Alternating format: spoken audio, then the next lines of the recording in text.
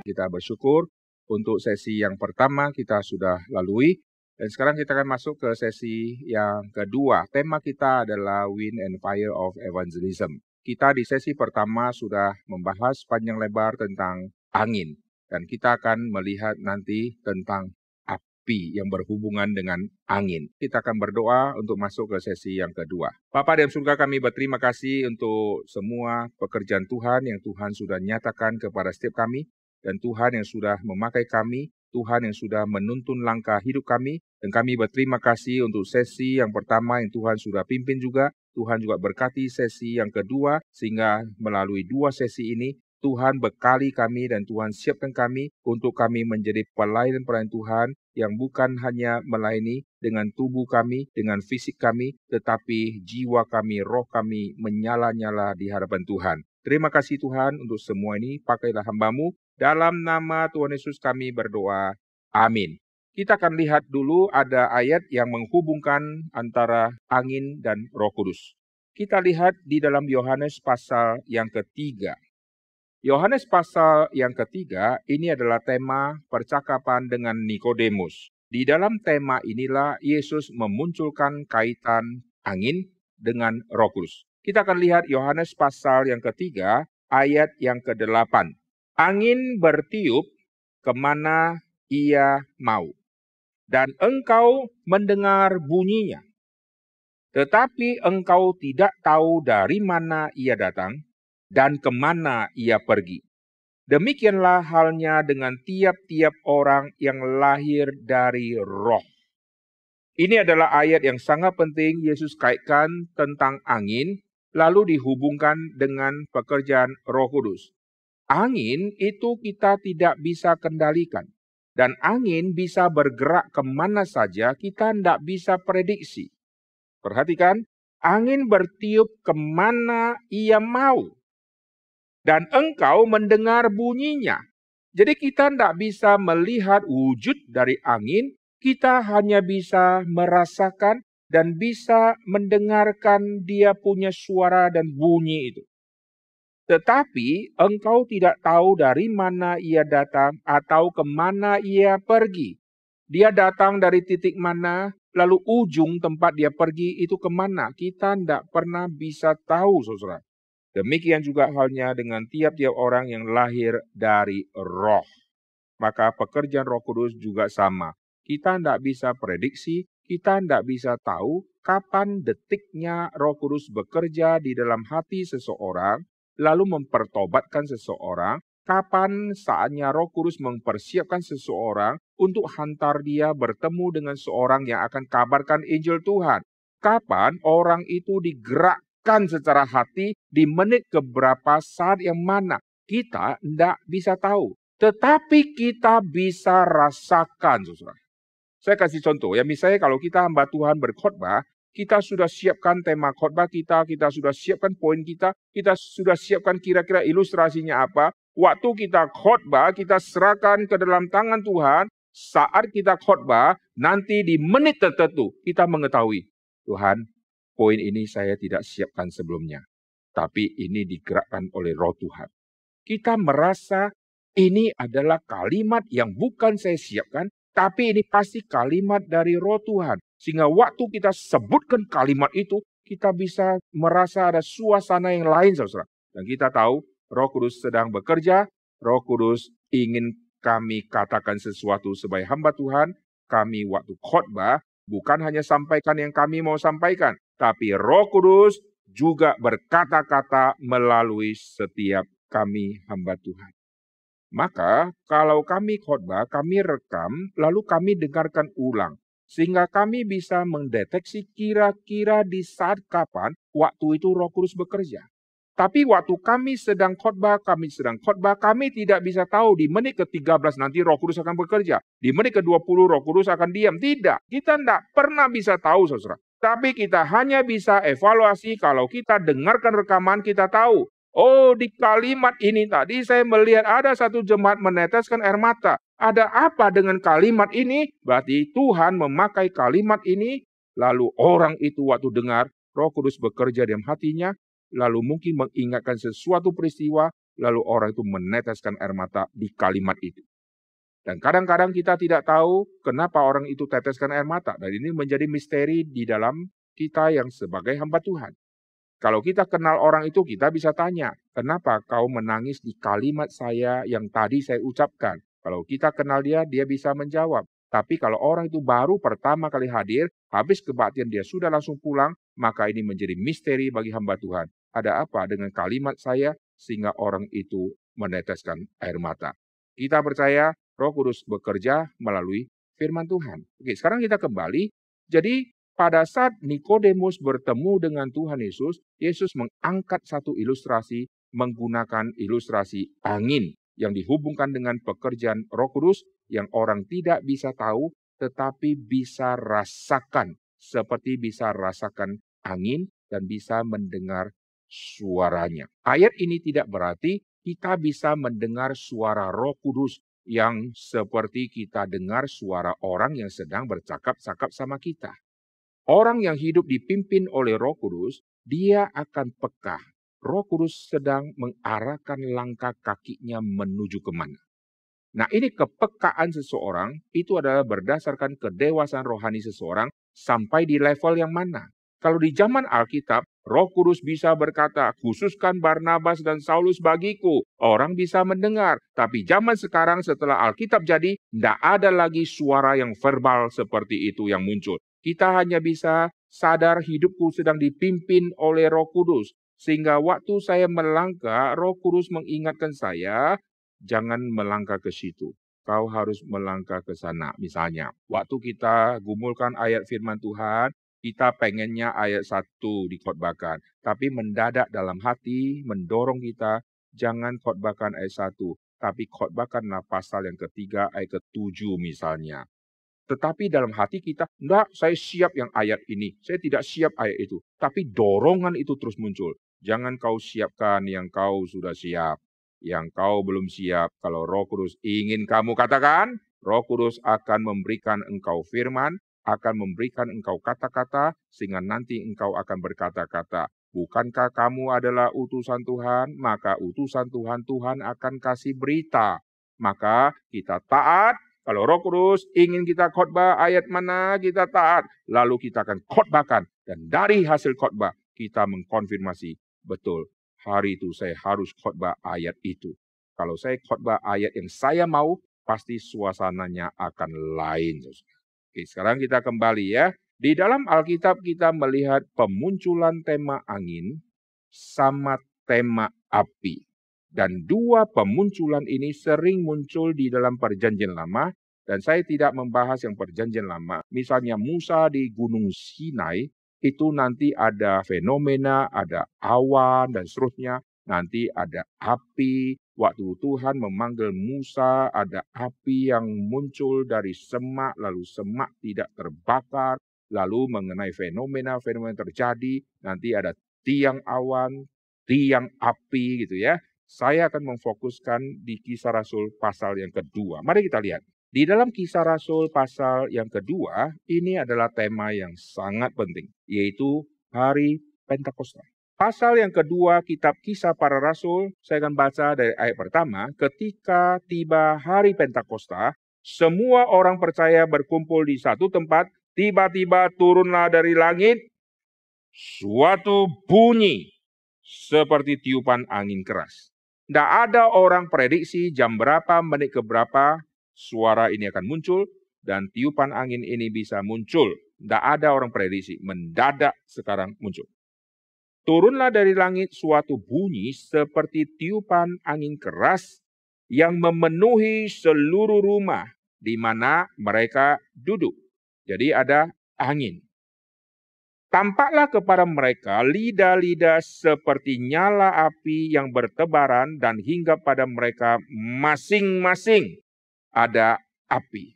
Saudara perhatikan di dalam hidup kita sehari-hari, api sama angin ini menjadi satu tim, satu regu saudara ya, menjadi tanda petik rekan sekerjanya. Kalau kita membakar sesuatu, lalu tanpa ada udara dan angin, maka begitu kita nyalakan, Kalau tidak ada udara, api tidak akan muncul. Begitu kita nyalakan, kita mulai bakar, lalu barang yang kita mau bakar terlalu banyak, lalu waktu kita mulai bakar, lalu api mulai nyala, kita melihat goyangan api itu, dia mengarah ke kiri terus. Kalau dia mengarah ke kiri terus, berarti ada angin dari kanan. Kalau dia mengarah ke kanan, berarti ada angin dari kiri. Dengan adanya angin yang berhembus, maka dia akan membakar dengan cepat. Dan kalau dia arahnya ke kanan, maka yang kanan akan dibakar lebih cepat. Kalau dia arahnya ke kiri, dari kanan dia mengarah ke kiri, maka daerah kiri akan dibakar lebih cepat. Saudara perhatikan hutan yang begitu banyak, beribu-ribu hektar hutan, kalau kita bakar dengan tidak ada angin, untuk membakar beribu-ribu hektar, itu perlu waktu berapa lama, dan belum tentu bisa bakar semua. Tetapi dengan satu api kecil saja, bakar satu daun, dengan bantuan angin, dalam waktu berapa jam, ribuan hektar bisa habis semua. Karena angin akan menghantar api dan angin akan membuat bara api sekarang menjadi nyala. Saudara kalau lihat orang primitif menyalakan api, mereka pakai kayu, lalu di bawahnya ada kayu, ada batang kayu, mereka gesek, antara kayu sama kayu di bawah sudah gosok, mulai keluar panas, keluar asap, lalu keluar bara api yang kecil yang nyala. Lalu mereka tampung dengan sabut-sabut yang gampang nyala, lalu mereka tiup-tiup. Dengan ada angin yang dihembuskan, lalu bertemu dengan bara apinya akan nyala, merah, nyala. Dengan ada barang yang ditaruh, yaitu sabut yang ditaruh dekat api, dengan ada angin yang ditiup, maka nanti akan asap keluar, makin banyak asap. Begitu ada asap, nanti keluar api mulai nyala. Jadi angin bisa menyalakan bara. Bara itu titik api, nanti akan nyala, akan keluar api yang menyala dan membakar. Begitu membakar, angin datang lagi, maka seluruh wilayah itu akan dibakar dengan cepat. Oleh sebab itu di dalam penginjilan, kita perlunya api terlebih dahulu, lalu perlu ada angin. Kalau kita hanya ada angin, tidak ada api, angin yang menghembus, itu membawa apa? Angin waktu menghembus, lalu ada api, lalu api ini nyala, angin itu menghembus, maka akan membakar, saudara. Jikalau hidup kita sudah tidak ada api, hanya ada angin, angin itu ada, lalu api tidak ada, orang hanya rasakan hanya angin lewat saja. Tidak melihat ada satu efek yang sangat besar. Maka di dalam Alkitab kalau kita melihat, api itu sangat penting. Api dan angin dua-duanya sangat penting. Tetapi peranan api ini menjadi satu tema yang sangat penting. Saya ajak saudara untuk melihat di dalam kitab Yeremia pasal yang ke-20 di ayat yang ke-9. Yeremia pasal 20 ayat ke-9, tetapi apabila aku berpikir aku tidak mau mengingat dia dan tidak mau mengucapkan firman lagi demi namanya, silakan ada angin, silakan angin kencang gitu ya. Ayo, kamu harus cepat. Ayo, itu seperti angin. Ayo, ku dorong kau. Ayo, cepat gitu ya, seperti angin yang menghantar kapal-kapal besar. Ayo. Tetapi aku berpikir aku tidak mau mengingat dia lagi. Tidak mau mengucapkan firman lagi demi namanya. Ayo, cepat, dorong saya. Silakan lu dorong saya. Maka dalam hatiku ada sesuatu yang seperti api yang menyala, terkurung dalam tulang-tulangku. Aku berlelah-lelah untuk menahannya, tapi aku tidak sanggup. Kalau orang itu ada api di dalam, lalu dia tidak lagi mau, api itu dia tahan di dalam, orang yang tahan dia akan semakin susah. Karena api sifatnya akan membakar. Maka kalau sudah ada api, kita perlu ada angin itu, saudara.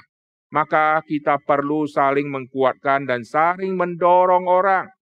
Kita perlu Tuhan memberi api Roh Kudus itu. Tuhan kirimlah api yang membakar hati orang-orang percaya. Setelah itu, waktu orang itu didorong untuk melangkah, orang itu akan melangkah dan akan cepat perginya. Jikalau tidak ada api, angin kencang dorong dia. Dia sambil didorong, sambil pegang besi yang kuat dengan badan yang sudah kena angin yang keras. Dia tidak mau pergi dan akhirnya dia akan lelah. Tapi kalau api ada di dalam dirinya, meskipun angin sepoi-sepoi, dia tetap akan pergi. Kalau tidak ada api, angin kencang pun hantam ke dia tidak akan berangkat, saudara. Maka kita lihat di dalam Yeremia pasal ke-20 tadi.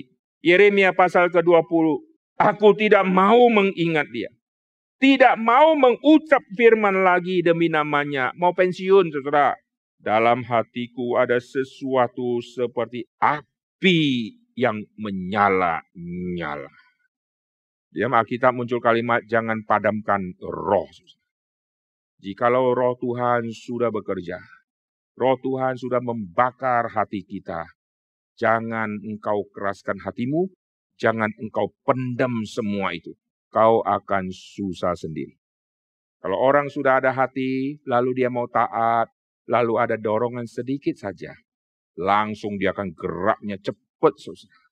Puji Tuhan ya, angin dan api. Mari kita kembali ke Kisah Rasul pasal yang kedua tadi. Saya akan ajak saudara untuk menyoroti tema yang penting di sini. Perhatikan hari Pentakosta ini. Tampaklah kepada mereka, ayat ketiga, lidah-lidah seperti nyala api yang bertebaran dan hingga pada mereka masing-masing. Di Pentakosta kita melihat mereka semua berkumpul, lalu waktu Roh Kudus turun, muncul kalimat lidah-lidah seperti nyala api. Kenapa pakai istilah lidah? Kenapa tidak pakai istilah misalnya otak seperti nyala api? Kenapa tidak pakai organ tubuh yang lain seperti nyala api? Kenapa pakai istilah lidah-lidah seperti nyala api? Saya ajak saudara melihat Yesaya pasal ke-35 dulu. Saya akan kaitkan dengan tanda Mesias yang sangat penting. Lalu saya akan kaitkan dengan Pentakosta. Aplikasi dari tanda Mesias dengan tema Pentakosta. Itu apa? Mari kita lihat Yesaya pasal ke-35. Yesaya pasal ke-35 ini adalah tanda Mesias. Saya akan baca pasal 35 ayat ke-5 dan ayat yang ke-6. Pada waktu itu, perhatikan yang dia sebut. Mata orang buta akan dicerikkan, telinga orang tuli akan dibuka. Perhatikan tangan saya, mata akan dibukakan, telinga akan dibukakan, akan mendengar, yang mata akan melihat. Ini dua, sudah ya. Lalu perhatikan, waktu itu orang lumpuh akan melompat kaki ya. Mulut orang bisu akan bersorak. Kita temukan ada 4 poin. Perhatikan 4 poin ini, mata, telinga, kaki, mulut. Atau kita mau balik-balik silakan ya. Mata, telinga, mulut, kaki. Terserah ya. Pokoknya ada 4 ya. Ingat ya. Mata, telinga, mulut, kaki. Atau kaki, mulut. Ini 4 poin penting. Nah sekarang kita akan lihat. Ini semua adalah tanda Mesias. Saya tidak bahas tema tentang Mesias. Saya mau kaitkan 4 yang disebut ini. Mata, telinga, kaki, dan mulut. Saya akan kaitkan dengan Pentakosta. Rasul-rasul mengikuti Tuhan Yesus, mereka dididik oleh Tuhan Yesus, mereka dilatih oleh Tuhan Yesus untuk mata dicelikkan, untuk telinga dibukakan. Maka muncul berkali-kali di dalam perjanjian baru, yang punya mata biarlah dia melihat, Yang punya telinga, biarlah dia mendengar. Dua ini sering disebut mata dan telinga. Mata dan telinga. Kadang-kadang hanya disebut telinga. Yang punya telinga hendaklah dia mendengar. Kadang-kadang dimunculkan dua kali. Yang punya mata hendaklah melihat. Yang punya telinga hendaklah dia mendengar. Dua poin penting ini Yesus akan lakukan. Yaitu pencelikan mata rohani dan pencelikan telinga rohani dari semua mereka. Rasul-rasul waktu mendengar, mereka menyaring kalimat Tuhan Yesus. Yang sesuai dengan adat Yahudi mereka terima. Yang kurang sesuai dengan adat Yahudi, mereka kadang-kadang mempertanyakan di tengah jalan. Lalu ada yang malu mempertanyakan. Kalau Yesus bicara dia akan mati. Wah, ini bertentangan. Maka itu disaring oleh mereka. Mereka susah untuk mendengarkan semua itu. Nanti waktu Yesus sudah mati, Yesus sudah bangkit, nanti muncul kalimat, maka teringatlah mereka. Akan apa? Akan perkataan Yesus. Telinga mereka nanti baru dicelikkan. Waktu ikut Tuhan Yesus, Yesus sudah kasih tahu semua firman. Mereka dengar, mereka saring yang sesuai mereka terima, yang tidak sesuai mereka mentalkan. Nanti waktu Yesus sudah mati dan bangkit, teringatlah mereka akan kalimat yang Yesus sudah katakan. Yesus akan bangkit, teringatlah mereka akan perkataan. Oke? Lalu Tuhan akan membuat mata mereka tercelik. Maka waktu Yesus sudah mati dan bangkit, 40 hari Yesus menampakkan diri, dan di dalam waktu 40 hari Yesus menampakkan diri, Yesus akan mencelikkan mata dari mereka. Salah satu cara Yesus mencelikkan adalah, ini loh, bekas lubang paku. Lihatlah, matamu bukalah. Kau pikir aku ngomong bohong? Aku yang akan mati, aku yang sama ini akan bangkit. Lihatlah. Maka setelah Yesus mati, ada tanda luka yang masih disisakan. Luka yang disisakan adalah lubang di tangan, lalu lubang di kaki, lalu tusukan yang ada di daerah lambung sih. Lalu tusukan ini sama tusukan di tangan sama tusukan di kaki, ini disisakan. Untuk apa? Supaya nanti Rasul sekarang melihat. Lihatlah. Kenapa perlu ada tanda itu disisakan? Karena itu adalah tanda Yesus yang mati dan tanda Yesus yang bangkit. Tidak pernah ada orang yang pernah dipaku lalu sekarang muncul lagi di hadapan massa. Lalu kasih lihat, inilah aku yang mati kemarin. Tidak ada itu. Semua orang yang pernah disalib, semua sekarang ada di kuburan. Maka luka paku yang ada di tangan sama kaki dan seterusnya, itu menjadi tanda yang sangat penting untuk mereka lihat. Supaya mereka tahu, aku yang mati, inilah orang yang sama dengan aku yang bangkit. Karena tidak pernah ada orang yang bisa muncul setelah dia dipaku dan mati. Sekarang aku yang dipaku, aku yang bangkit. Inilah aku, tusuklah. Maka rasul-rasul mulai tercelik. Tapi Thomas tidak ada di kumpulan rasul. Begitu sudah sampai ke minggu depannya, Thomas baru berkumpul bersama. Aku tidak akan percaya sebelum aku melihat dan nusuk-nusuk. Aku tidak akan percaya. Nanti setelah dia lihat, dia dikasih tahu, tusuklah. Maka nanti Thomas yang melihat hal seperti itu, barulah dia sadar, matanya terbuka. Jadi pencelikan mata setelah Yesus bangkit. Tadi kita sudah melihat pencelikan yang mata, sekarang kita lihat yang telinga. Yohanes pasal yang kedua, LAI kasih judul Yesus menyucikan bait Allah. Saya akan baca ayat ke-19.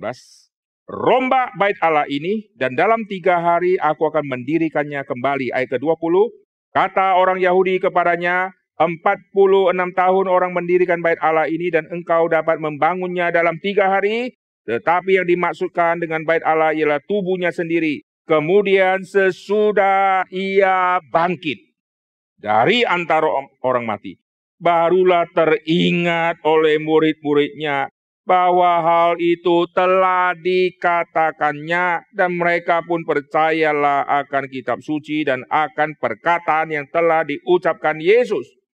Jadi selama Yesus hidup, pencelikan mata, pencelikan telinga, dan nanti waktu Yesus bangkit, barulah betul-betul mata dicelikkan, barulah betul-betul telinga dicelikkan. Lihat, inilah bekas lukaku. Rombak bait Allah ini aku akan dirikan dalam 3 hari setelah Yesus bangkit. Teringatlah mereka akan perkataan Kristus dan percayalah mereka. Jadi tanda Mesias tadi, ada 4 tadi, mata, telinga, kaki, mulut. Atau mata, telinga, mulut, kaki. Yang mata, telinga sudah. Hari Yesus bangkit. Setelah Yesus bangkit, Yesus naik ke sorga. Lalu tunggu 10 hari, lalu Roh Kudus turun. Waktu Roh Kudus turun, kita melihat nanti untuk mulut dan kaki muncul. Mari kita kembali ke Kisah Rasul tadi. Kisah Rasul pasal yang kedua. Maka di hari Pentakosta, ini bukan kebetulan waktu bahas api, dia kaitkan dengan lidah. Lidah ini berhubungan dengan mulut. Lalu, bagaimana dengan kaki? Lihat di Kisah Rasul pasal kedua setelah Pentakosta, pasal yang kedua yaitu lidah-lidah seperti nyala api tadi, tentang lidah, lalu perhatikan mujizat setelah Pentakosta, yaitu di pasal yang ketiga Kisah Rasul. Di pasal yang ketiga, perhatikan muncul kalimat begini. Di situ ada seorang laki-laki yang lumpuh sejak lahir. Jadi sejak lahir sudah tidak bisa jalan. Dan orang itu terus duduk di situ. Tiap-tiap hari orang itu diletakkan di dekat pintu gerbang bait Allah yang bernama Gerbang Indah. Lalu menjadi pengemis di situ, saudara. Lalu orang itu nanti disembuhkan. Ayat ke-8, ia melonjak, berdiri lalu berjalan kian kemari mengikuti mereka ke dalam bait Allah dan berjalan melompat-lompat. Tanda Mesias, orang yang lumpuh akan melompat-lompat. Maka kita lihat sampai kepada Pentakosta, 4 poin ini sekarang digenapi. Waktu Yesus mati dan bangkit, mata dan telinga sudah. Lalu mulut, itulah tema lidah-lidah api. Lalu kaki, itulah penyembuhan orang yang lumpuh sejak lahir. Nah, sekarang saya akan soroti yang 2 poin ini. Kita akan lihat poin yang lidah-lidah api dulu. Mengapa disebut lidah-lidah yang berhubungan dengan api? Mari kita kembali ke Kisah Rasul pasal kedua. Ayat yang ketiga, tampaklah kepada mereka lidah-lidah seperti nyala api bertebaran. Lalu ditegaskan hingga pada mereka. Karena selama mereka ikut Tuhan Yesus, lalu mereka mulut belum dibukakan. Saudara. Masih ingat waktu Yesus mati, mereka kunci pintu. Mulut diam, tidak berani berkata-kata. Begitu berkata-kata di luar, banyak ketemu orang, banyak bersaksi, cari mati. Kau pengikut Kristus, tangkap. Waktu Yesus sudah bangkit, Yesus menampakkan diri, Yesus meyakinkan mereka. Satu persatu, yang mata akan melihat, telinga akan mendengar. Tapi mulut belum berkata-kata. Yesus berkata, tunggu, kalau Roh Kudus turun, kau akan jadi saksiku. Nah, Roh Kudus kalau turun, mulutmu nanti akan berkata-kata, karena akan jadi saksi. Kau akan jadi saksiku dari Yerusalem nanti sampai kepada ujung bumi. Maka hari Pentakosta, hal yang sangat penting, yaitu pembukaan lidah. Pembukaan mulut untuk nanti pergi bersaksi. Saya ajak saudara untuk melihat tema ini di dalam Perjanjian Lama. Kita akan melihat 3 contoh tokoh di dalam Perjanjian Lama. Perhatikan di dalam kitab Keluaran. Contoh pertama adalah Musa. Saudara perhatikan tanda Mesias 4 poin ini. Nanti saya akan kaitkan di dalam contoh ini. Keluaran pasal yang keempat, ayat yang ke-10. Lalu kata Musa kepada Tuhan, Tuhan, aku ini tidak pandai bicara. Mulut. Dahulu pun tidak. Sejak engkau berfirman kepada hambamu pun tidak. Seolah-olah Musa mau berkata, aku bisu sejak lahir, kira-kira begitu ya. Bisu tanda petik. Sebab aku ini berat mulut dan berat lidah. Lidah berhubungan dengan mulut. Tapi Tuhan berfirman. Perhatikan waktu Tuhan berfirman. Siapakah yang membuat lidah? Lihat tangan saya, yang mulut. Siapa yang buat lidah? Siapa yang membuat orang bisu? Mulut. Tuli, telinga. Membuat orang melihat, mata, atau buta. Bukankah aku, yakni Tuhan? Perhatikan untuk yang Musa, Tuhan bereskan masalah dia, yaitu komplain dia tentang mulut ini. Saya ini berat lidah, maka ini dibereskan dulu. Setelah yang ini dibereskan, nanti masuk ke poin yang berikutnya. Setelah mata, telinga, mulut, nanti ke kaki. Saudara ya. Sekarang kita lihat yang mulut. Aku ini berat mulut, aku tidak pandai bicara, aku dari dulu tidak bisa. Lalu ayat ke-12. Oleh sebab itu, pergilah, kaki sekarang mulai main. Aku akan menyertai lidahmu dan mengajarkan engkau apa yang harus kau katakan. Ah Tuhan, utuslah kiranya. Kakinya nggak mau. Kakinya tidak mau, mulutnya berat, maka nanti 2 poin ini akan dibereskan, saudara. Pergilah. Jangan Tuhan, utuslah yang lain. Utuslah kiranya siapa saja yang patut kau utus. Jadi untuk Musa 4 poin ini muncul. Dia pakai alasan mulut. Lalu Tuhan tanya dia siapa yang buat lidah, siapa yang buat orang bisu, buat orang tuli, buat orang mendengar dan seterusnya. Tuhan kalau kasih telinga berarti untuk mendengar, kasih mulut untuk berkata-kata, kasih mata untuk melihat, kira-kira begitu ya. Ini contoh untuk yang Musa. Setelah itu pergilah, kaki. Saya ajak saudara melihat kitab Yesaya sekarang. Perhatikan kitab Yesaya pasal yang ke-6 sekarang. Kita telusuri 4 poin ini ya. Ayat yang ke-4. Maka bergoyanglah alas ambang pintu disebabkan suara orang yang berseru itu. Dan rumah itu pun penuh dengan asap. Oke, saya mundur ya. Ayat pertama. Saya baca Yesaya pasal 6 ayat pertama. Dalam tahun matinya Raja Uzia, aku melihat Tuhan duduk di atas tahta yang tinggi. Mata dibukakan dulu, sekarang dia melihat. Oke? Maka bergoyanglah alas ambang pintu disebabkan suara orang berseru itu dan rumah itu pun penuh dengan asap. Lalu kataku, celakalah aku binasa. Sebab aku ini seorang najis bibir. Saudara perhatikan sekarang bibir muncul. Mulut sudah muncul nih. Aku tinggal di tengah-tengah bangsa yang najis bibir. Namun mataku, mata sudah celik.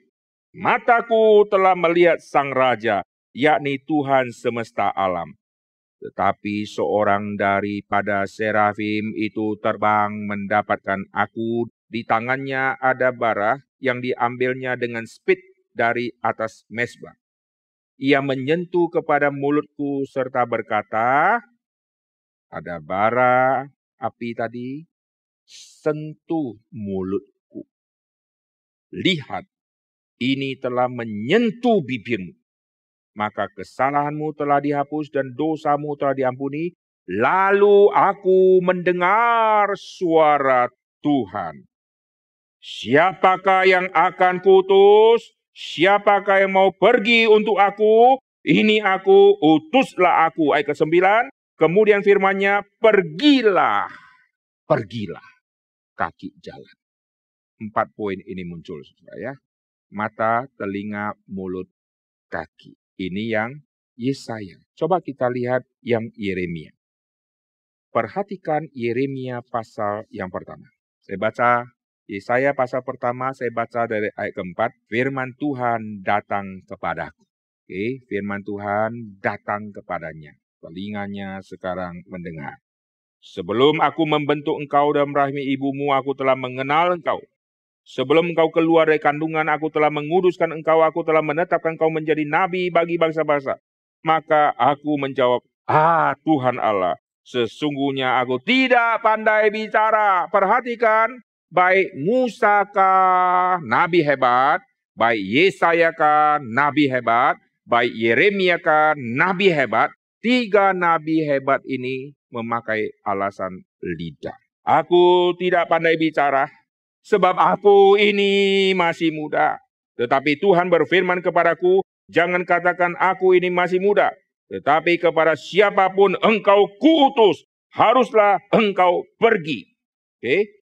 Perhatikan, firman Tuhan dia dengar telinga. Oke? Mulut sekarang. Aku tidak pandai bicara. Lalu kau akan kuutus kaki sekarang. Lalu kita telusuri. Ayat ke-8, janganlah takut kepada mereka sebab aku menyertai engkau untuk melepaskan kau, demikianlah firman Tuhan. Lalu Tuhan mengulurkan tangannya menjamah mulutku. Mulut dibereskan. Tuhan menjamah mulutku. Sesungguhnya aku menaruh perkataan-perkataanku ke dalam mulutmu. Ketahuilah pada hari ini aku mengangkat engkau atas bangsa-bangsa dan atas kerajaan-kerajaan. Ayat ke-11, bagaimana dengan mata? Firman Tuhan datang telinga. Aku tidak pandai bicara, sekarang yang mulut sudah dibereskan. Pergilah. Mata bagaimana? Ayat ke-11. Sesudah itu firman Tuhan datang kepadaku bunyinya. Apakah yang kau lihat? Hai Yeremia. Jawabku, aku melihat sebatang dahan pohon badam. Lalu firman Tuhan kepadaku, baik penglihatanmu. Mata sekarang. Aku siap sedia untuk melaksanakan firman-Ku. Firman Tuhan datang kepadaku untuk kedua kalinya, bunyinya, apakah yang kau lihat? Aku melihat sebuah periuk yang mendidih, datangnya dari sebelah utara, dan seterusnya. 4 poin ini muncul, saudara ya. Ada telinganya, ada mulutnya, ada kakinya, ada matanya. Yang Musa juga sama. Ada mata, telinga, mulut, kaki. Yang Yesaya juga sama. Sekarang 4 poin tadi ini ada di Pentakosta. Mari kita lihat. Kisah Rasul pasal yang kedua, ayat yang ketiga. Selain tadi mata dan telinga mereka sudah diceritakan pada hari Yesus bangkit, ayat ketiga, tampaklah kepada mereka. Mereka melihat. Tampaklah kepada mereka lidah-lidah seperti nyala api. Maka Pentakosta adalah tema yang sangat penting, yang menyimpulkan, menggenapkan semua tema ini untuk mempersiapkan seorang utusan Injil. Seorang utusan Injil adalah seorang yang matanya sudah diceritakan, lalu yang mulutnya rela mau kabarkan, meskipun berita itu tidak enak didengar oleh orang yang akan mendengar. Pergilah kepada bangsa yang kau kasih tahu tidak akan mendengar. Wah, ini sulit loh saudara ya. Pokoknya lidahmu akan dibuka, aku akan menyertai engkau. Lalu apa yang terjadi? Kakimu harus kau langkahkan kaki, pergilah. Maka kita lihat di Kisah Rasul pasal yang kedua, tema mulut, lidah-lidah, ini akan menjadi tema yang sangat besar di hari Pentakosta tadi. Setelah Pentakosta ada penyembuhan orang yang lumpuh sejak lahir. Ini kaki. Maka semua ini adalah satu pengajaran penting untuk nanti kita melihat setelah semua tema ini beres, maka semua utusan Injil, mereka pergi menyaksikan apa yang mereka lihat. Mereka menyaksikan apa yang mereka dengar. Mereka sekarang memberitakan apa yang disuruh oleh Roh Kudus. Dan mereka pergi ke kota-kota berdasarkan Roh Kudus yang menghantar mereka ke kota mana, maka mereka akan pergi. Kita kembali ke Kisah Rasul pasal yang kedua tadi. Penuhlah mereka dengan Roh Kudus. Ayat keempat, mereka mulai berkata-kata dalam bahasa lain seperti yang diberikan oleh Roh itu untuk mereka mengatakan.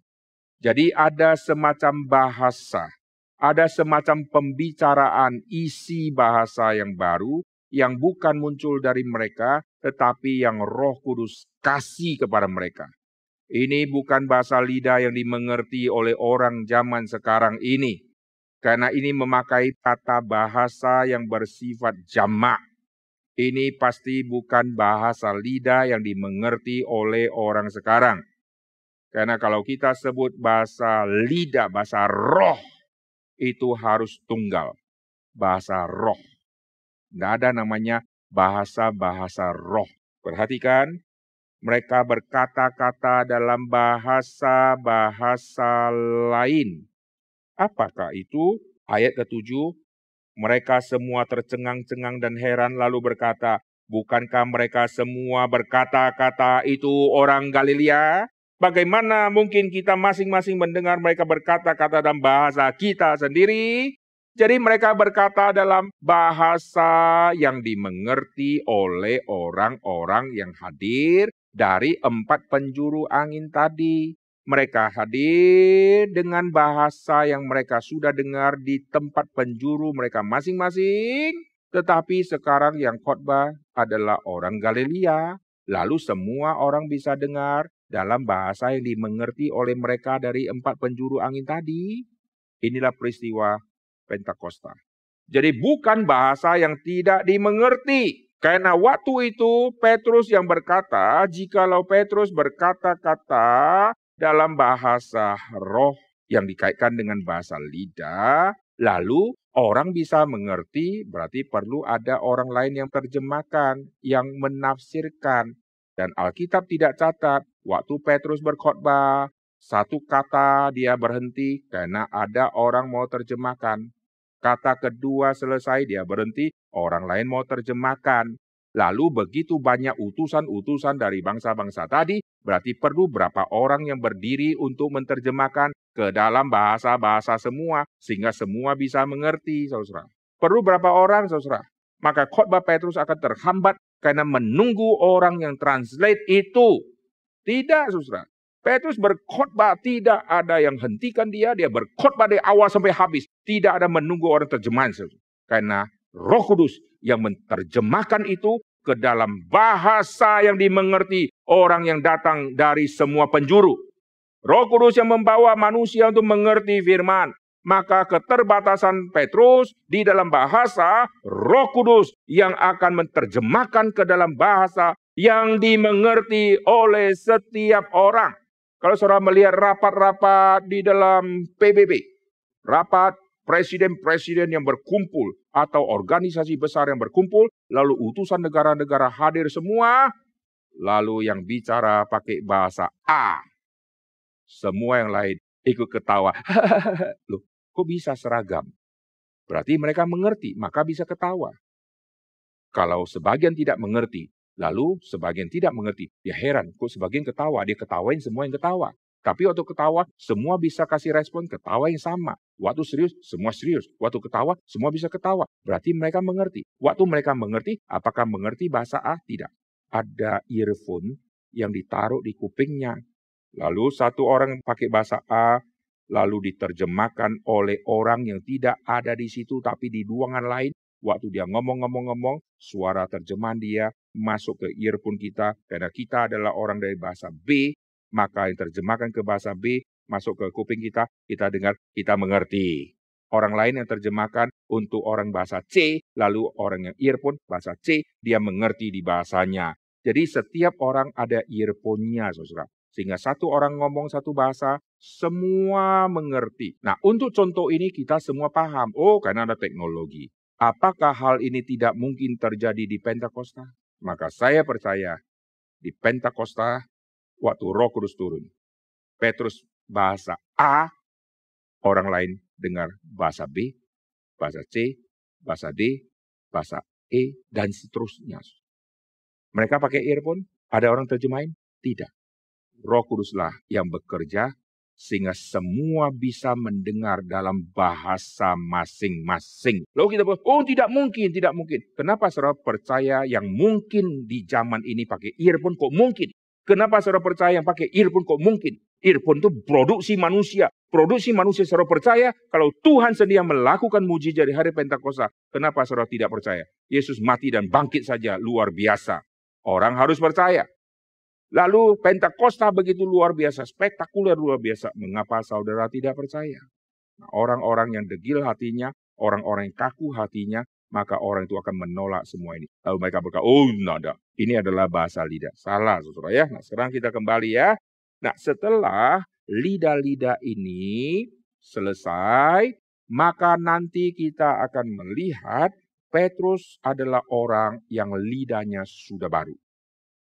Sudah ada lidah yang baru, yang tadinya berkata, aku tidak pernah mengenal Yesus. Sekarang lidahnya sudah dibakar, lidahnya sudah suci dan bersih, saudara. Lidahnya sudah dipulihkan. Dan sekarang dia khotbah Yesus yang kukenal. Bukan berkata Yesus yang tidak kukenal itu. Lalu nanti apa terjadi? Nanti murid-murid akan tersebar. Dan mereka akan memberitakan Yesus yang mereka kenal. Mulut mereka akan menjadi saksi Tuhan. Maka dalam waktu singkat, seluruh Yerusalem sudah penuh dengan nama Yesus. Kalau lidah ini belum dicelikkan, lidah ini belum dibakar, lidah ini belum dibukakan, maka seluruh Yerusalem sampai kiamat tidak akan gempar dengan Injil. Sebelumnya kenapa tidak pernah ada gempar? Kenapa saat itu baru mulai gempar? Mari kita lihat di dalam kitab Kisah Rasul. Kita akan melihat Kisah Rasul pasal yang kelima. Saya akan membaca dari ayat 26.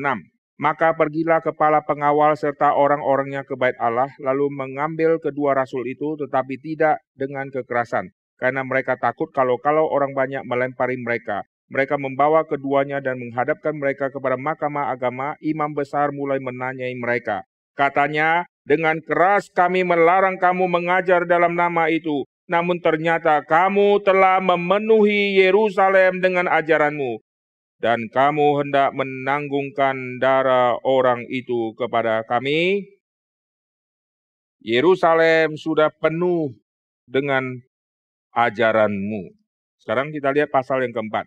Pasal yang keempat ayat ke-19. Tetapi Petrus dan Yohanes menjawab mereka, silakan kamu putuskan sendiri manakah yang benar di hadapan Allah. Taat kepada kamu atau taat kepada Allah. Sebab tidak mungkin bagi kami untuk tidak berkata-kata.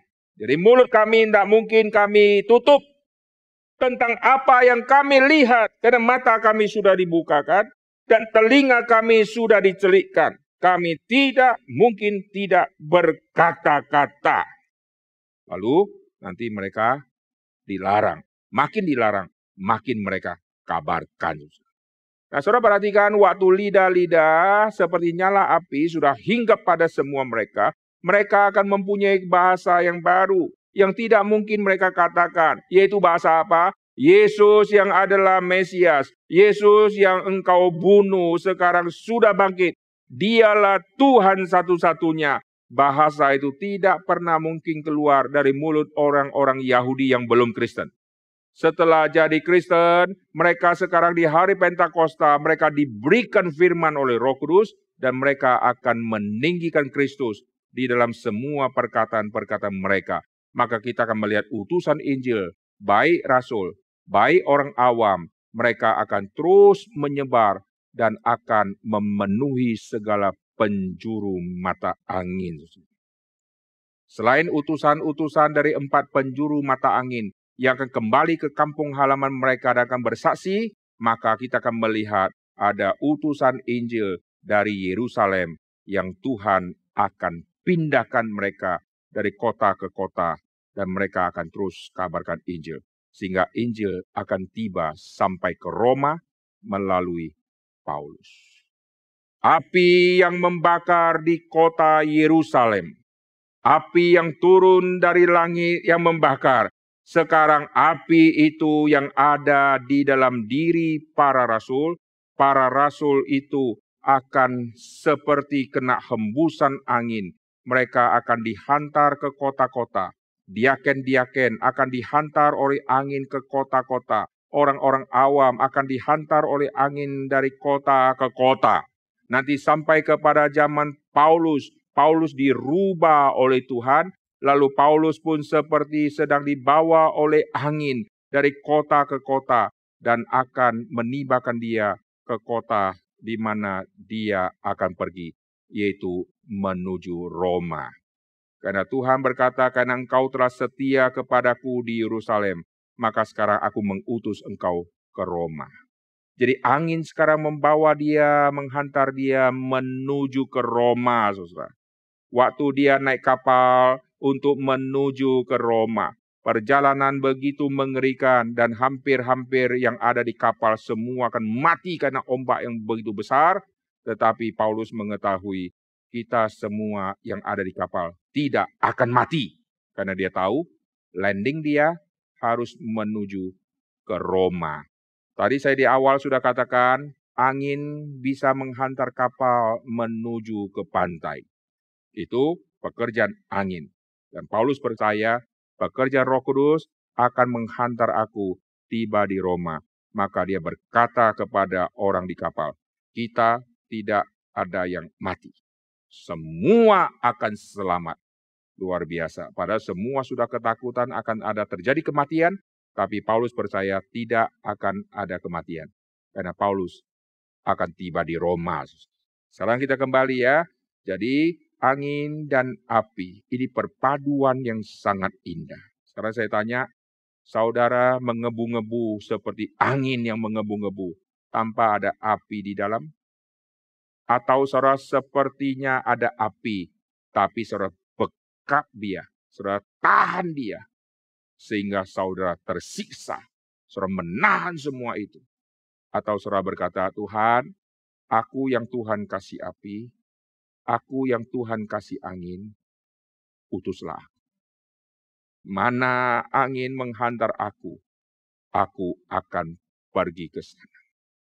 Penginjilan membutuhkan orang-orang yang punya api. Api kalau Tuhan sudah berikan, Roh Kudus sudah kasih kita api itu, maka Roh Kudus juga akan mengarahkan kita dan menghantar kita. Kalau mata kita sudah dicelikkan oleh Tuhan, telinga kita sudah dibukakan, beranikan diri untuk berkata-kata. Karena Tuhan yang akan kasih kita firman. Lalu langkah kaki kita siapkan untuk pergi jauh untuk Tuhan. Banyak orang berkata, aku sudah tidak kuat jalan jauh. Orang yang sama jalan kaki di mall. Sejam kemudian dia jalan kaki. Dia lihat di handphone dia, karena dia on-kan perhitungan langkah kaki. 1 jam dia lihat, sudah 4.000 langkah kaki. Mengapa 4.000 langkah kaki bisa dia langkahkan di mall? Kenapa untuk pekerjaan Tuhan dia pakai alasan begitu banyak? Coba sejak dia bangun, nyalakan langkah kaki sampai malam. Sepanjang dia di rumah, dia jalan, itu sudah berapa langkah kaki. Kenapa untuk melayani Tuhan, baru langkah sekian jauh, sudah berkata, aku tidak bisa. Biarlah setiap kita yang Tuhan sudah celikkan, bagaimana aku tidak berkata-kata atas apa yang aku lihat. Dan bagaimana aku tidak berkata-kata atas apa yang aku dengar. Dan setelah berkata-kata, aku akan pergi ke kota-kota yang lain untuk melanjutkan kata-kata itu. Barulah kita disebut orang Kristen yang sejati. Biarlah melalui firman Tuhan yang kita sudah dengarkan ini, kita semua bangkit menjadi anak Tuhan yang sungguh-sungguh, yang rela dan siap mau dipakai oleh Tuhan. Mari kita tundukkan kepala, kita akan berdoa. Bapa di dalam surga, kami berterima kasih untuk semua perkataan firman yang Tuhan sudah berikan bagi kami. Dan untuk sesi pertama dan sesi kedua ini, Tuhan yang sudah memberkati, dan kami berdoa yang akan masuk di dalam sesi tanya jawab, Tuhan juga memberikan kepada kami pengertian firman yang mungkin ada yang kelolosan, tapi melalui pertanyaan kami bisa memberikan jawaban, dan Roh Tuhan memimpin setiap kami untuk kami mengerti apa yang harus kami mengerti melalui tema ini. Terima kasih Tuhan, kami bersyukur untuk acara ini. Tuhan bangkitkan setiap pekabar-pekabar Injil yang sungguh-sungguh ada hati dan api dari Roh Kudus dan angin dari Roh Kudus. Dengar doa kami ya Tuhan, dalam nama Tuhan Yesus. Kami berdoa. Amin.